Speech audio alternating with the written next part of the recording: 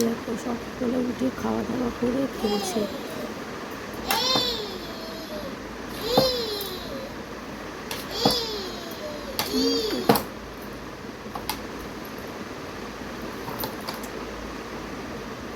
দেখো পরে পরে উঠে বসো,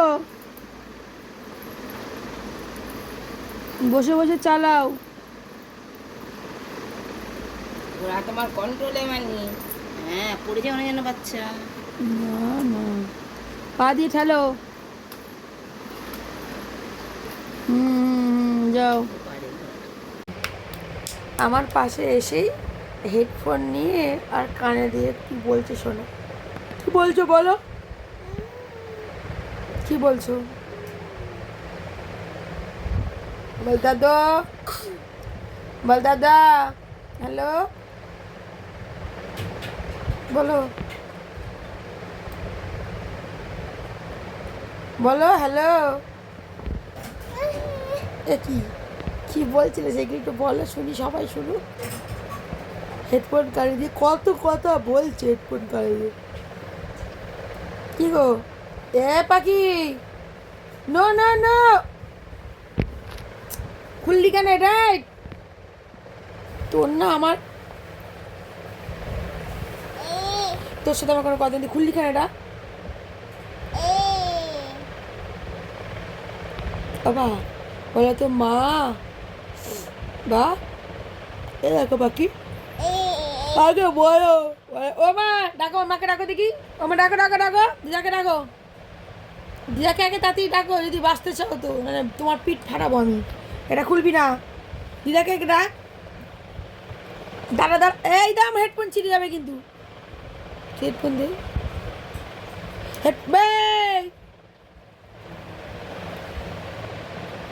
দেখেছো? দেখো কোনো কথা শুনে না, একদম অবাধ্য। তুই প্রচুর অবাধ্য। দাঁড়া এটা, দাঁড়া, তুই এরপরে বসে গেছিস। দাঁড়া, ঘোর ঘোর, দেখি দেখি। একটি চরে না তোমার, না আমাকে আসতে হবে না, তুই পালাও। দেখো দেখেছো, কিছু বললে এরকম করে আসবে, যাতে আমি কিছু না বলি। এই জন্য এই দেখে দেখে এই দেখে দেখে আমার পেট কিন্তু ফেটে যায় বাবু, সকালবেলা ঘুম থেকে উঠতে পারিনি এখনো। এই যে কিছু বলে এরকম করে আদর করবে। ও বাবা, এটা হাম্পু দাও তাহলে, একটা হাম্পু দাও এখানে। ও বাবা চো, বাবা চো, আমার বাবা চো, এটা কি হলো? কি কি বলো বলো। দেখো দেখো, পাঠিয়ে দিল।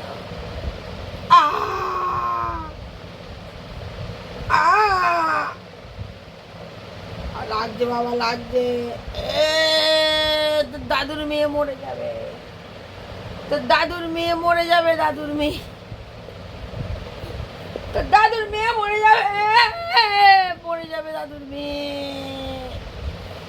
তোর দাদুর মেয়ে মরে যাবে, নাম নাম, তো দাদু কাঁদবে, দাদুর মেয়ে মরে যাবে না, দাদুর মেয়ে মরে গেলে দাদু কাঁদবে। সকালবেলা মানুষের কাজ কিরকম দেরি করে দেখো, বিছান তুলতেছি দেখো, ও গিয়ে চাদর পাততে দিচ্ছে না, দেখো কিছুটা এ মাথার ও মাথা করছে, দেখো দেখো কোথায় পড়ে, পড়ে যাবি বাপ্পারে। দেখছি এই করছে, দেখো কি বলে, ভয় লেগে যাবে কোন দিকে পড়বে না পড়বে। দেখো বলেছে পড়ে যাবে, ইচ্ছে করেছে এখন বসছে। তুই নামবি ফোনেতে। দেখো আজকে ঠাকুরের সিংহাসনটা কি সুন্দর করেছে, এই ফটোগুলো সব দেখো লাগিয়ে দিয়েছে এখানে। এই যে আমার ছেলে সব ছিঁড়ে দিয়েছিল, কালকে একটা এই ডবল টেপ নিয়ে এসে এই যে এখন আর বাজে জানি না কতদিন আর টিকবে। আজকে দেখো কি সুন্দর করে, আর বই আমার গীতা দেখো ছিঁড়ে দিয়েছে, একটা ভালো গীতা কিনে নিয়ে আসতে হবে, চাচ্ছে না তাই। এই বাবা এইটাই দিকে চলেছে, আমি এরমভাবে দিয়েছিলাম। এইবার দেখো কি সুন্দর লাগছে। ঠাকুর ঘর পরিষ্কার পরিচ্ছন্ন থাকলে না দেখতে ভালো লাগে, জানো না কি, মানে মনে একটা শান্তি লাগে। তোমাদের কাদের কাদের এমন মনে হয় অবশ্যই কমেন্টে জানিও। সেই টিস্যুর বাক্স ওপরে, ঠিক আছে, দেখো চেয়ার নিয়ে গেছে টিস্যু পারবে বলে। এই দেখো, দেখেছ, তাহলে একে কি বলবো বলো বাবা, তুমি বলো। দেখো কিছু ওই ওপরে আমি তুলে দিয়েছি বলে দেখো চেয়ার টেনে টেনে নিয়ে গেছে, ওর উপরে উঠেছে, ওর উপরে বোধহয় উঠবে, ওটা চেষ্টা করছে। এই দেখো কোথায় কোথায় উঠবে ও।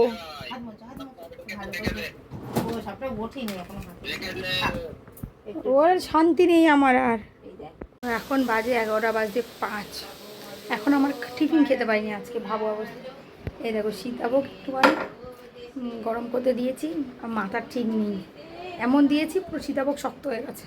ভাবো তুমি, মানে 4-5 সেকেন্ড দিলেই হয়ে যায়, আমি সেখানে 20-30 সেকেন্ড দিয়ে ফেলেছি। মাথা কাজ করছে না গরমের মধ্যে। রান্না করতে করতে এখানে দেখে যেখানে আর ডাল ফুটছে, আর এখানে এই কাঁচা আম কেটে রেখেছি। আজকে কাঁচা আম সকালবেলা, কালকে রাতেরবেলায় ইচ্ছে হয়েছে ডাল খাওয়া বলে ব্লিঙ্কিট থেকে অর্ডার দিয়েছি, ওই বিগ বাস্কেট থেকে। তো বিগ বাস সকালে দিয়ে গেছে, তো একটা বাদ বাকি 3টা আম পুরো মানে কাঁচা, এটাই শুধু একটু হলুদ, মানে একটু হলুদ, বাকি এইটা পুরো কাঁচাই আছে। তো এখন তো হচ্ছে নতুনের মতন পুরো কাঁচা পাবো না, তো এখন এই ডাল হচ্ছে। আর এই দিকে হচ্ছে জামা কাপড় কাঁচা। ধর ছেলে এখন শোবে, ঘুমাবে। ওই দেখো আজ 11:05, এর খাওয়া দাওয়া কমপ্লিট। এখন একটা তাড়াতাড়ি খাইয়ে দিয়ে আমি, এখন ঘুমাবে 1 ঘন্টা 1.5 ঘন্টা, তারপরে উঠে নাচো কত করবে। এই দেখো এসি ছাড়ছে না বলে ঘুমাচ্ছে না, বুঝেছো? সে আমি ছাড়বো না, ও নাচের বান্দা, ঘুমাবে না এখন। এই যে হ্যাঁ কি এত ঝগড়া করে বেটা আমার সাথে, বলার মতো না। ছেড়ে দিয়েছে তো মা, তুই মারলি কেন, রাজি মারলি কেন? হ্যাঁ তোর পায়ে লাগে, কিন্তু কিন্তু বড় হয়ে গেছিস এখন। চুপচাপ শুয়ে পড়, চুপচাপ। দরজা দিয়ে দিই। এখানে এক গাদা জামা প্যান্ট মেলে দিয়েছি তাড়াতাড়ি শুকানোর জন্য। এখানে এটার মধ্যে দেখো কি অবস্থা, এক গাদা জামা কাপড়, ওইখানে জামা কাপড়, শুধু জামা কাপড়। আমি একটুখানি দেখে, এটা খেতে ইচ্ছে করছে না, শক্ত হয়ে গেছে, আমি একটুখানি মুড়ি খাবো। কে আর হচ্ছে কি জামা কাপড় মেলে দিয়েছে, ব্লাউজ করব আজকে। অনেক শাড়ি পিকোটাকে তোমাদের সঙ্গে শেয়ার করবো অবশ্যই কী কী করছি।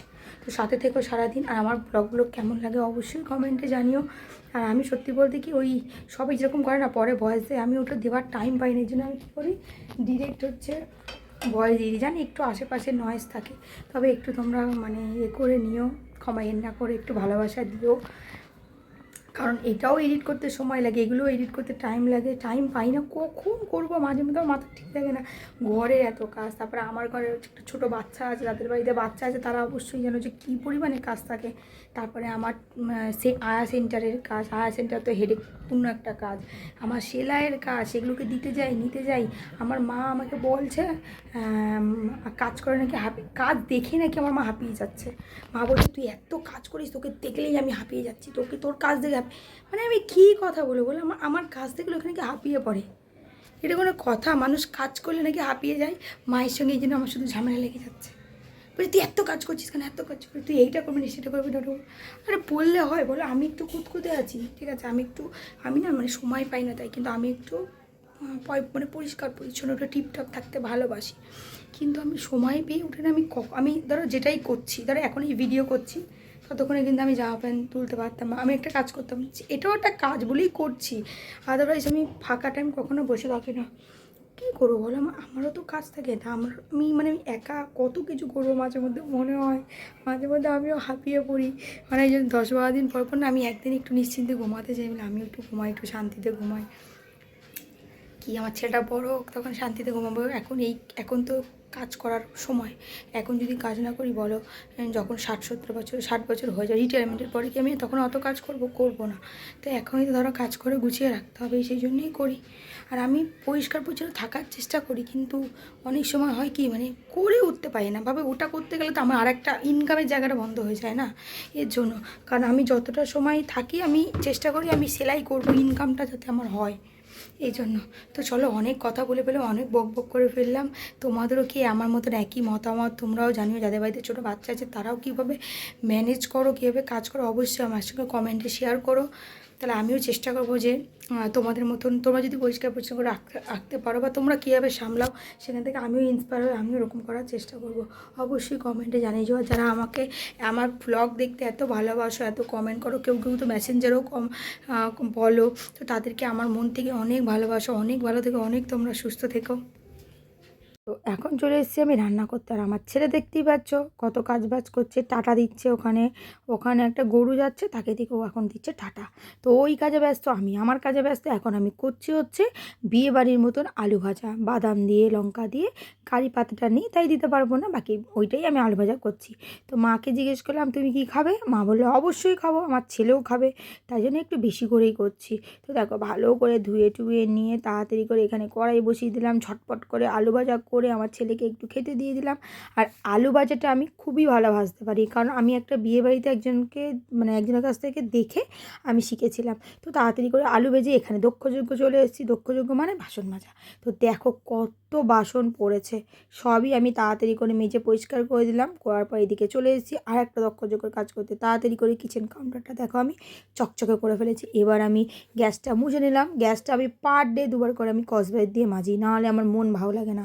আর খাওয়ার জিনিস যদি পরিষ্কার না থাকে, সবাই জানে যে মন তো ভালো লাগে না, কিন্তু কিছু কিছু লোকের গ্যাস দেখলে খাবার ভক্তি চলে যায়।